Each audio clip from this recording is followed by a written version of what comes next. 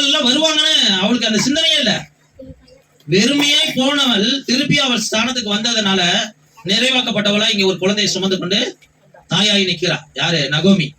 அதை வளர்க்கிற தாயானா. இதே வெறுமையாய் வந்த ரூத்துக்கு என்னாச்சுங்க? தன் சும்மா நெற்கதிர்களை பொறுக்க போனவளுக்கு அந்த நெற்கதிர்களுடைய அந்த நிலமெல்லாம் சொந்தமா அதுக்கெல்லாம் ஓனராய் மாறினான். அந்த வயல்ல போய் கதிர்களை அறுக்கிறவர்களுக்கு கூட அவன் தகுதி கிடையாதுன்னு அவன் எண்ணிக்கிட்டு அந்த வயலுக்கு போனான். அந்த வயலை அறுக்கிறவர்களுக்கு கூட தகுதியற்றவர்களாய் போன அவனுக்கு ஆண்டவர் என்ன செய்தாருங்க? அந்த வயலையே சொந்தமாக்கி கொடுத்தார். அல்லேலூயா. அப்போ நம்ம ஆண்டவர் வெறுமையாக்குகிற தேவன் இல்லைங்க, அவங்க வெறுமையை நிறைவாக்குகிறவர் தான் இயேசு கிறிஸ்து. இங்க ஒருத்தர் பாருங்க, லூக்கா 5ஆம் அதிகாரத்துல 5வது வசனம் படிங்க. லூக்கா 5ஆம் அதிகாரம் 5வது வசனம் மட்டும் படிங்க. இங்க ஒருத்தர் வெறுமையா இருக்கிறார் பாருங்க.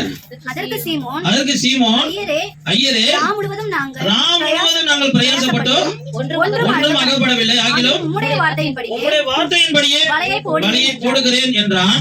அந்தபடியே அவர்கள் செய்து தங்கள் வலை கிழிந்து போகத்தக்கதாக மிகுதியான மீன்களை பிடித்தார்கள்.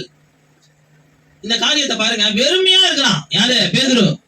ராம் முழுவதும் பிரயாசப்பட்ட ஐயர் என்னன்னா போதகரே, ராம் முழுவதும் பிரயாசப்பட்ட, இரவு நேரங்கள்ல மீன் அகப்படவே இல்லை, பகலே அகப்பட போகுதுன்னு அர்த்தம். அதுக்கு ஒண்ணுமே கிடைக்கல. இப்ப மட்டும் எப்படி கிடைக்கும்? இருந்தாலும் ஆகிலும் உம்முடைய வார்த்தையின்படியே வலைகளை போடுகிறேன்.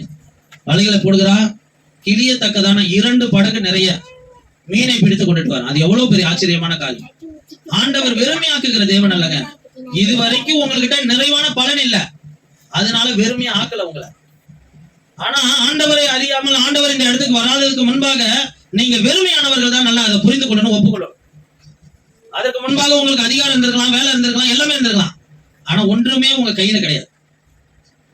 அது பொத்தலான பையில போட்டதுக்கு சமமாய் வாழ்ந்து கொண்டு இருந்தீங்க. இன்னைக்கு ஆண்டவர் உங்களுக்குள்ள வந்து அந்த வெறுமைய படிப்படியா நிறைவாக்கி இன்னைக்கு நிறைவுள்ள இடத்துக்கு கொண்டுட்டு விட்டார். அல்லேலூயா.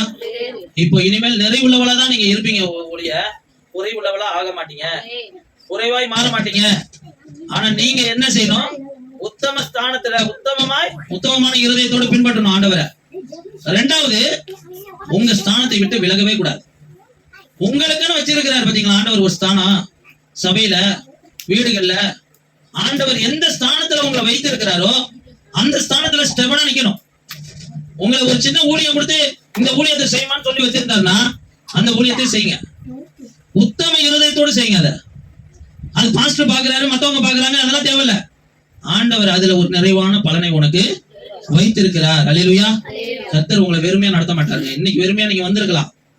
100% நான் சொல்லுவேங்க, இந்த சபையுடைய வார்த்தையை அப்படியே விசுவாசிச்சு போங்க.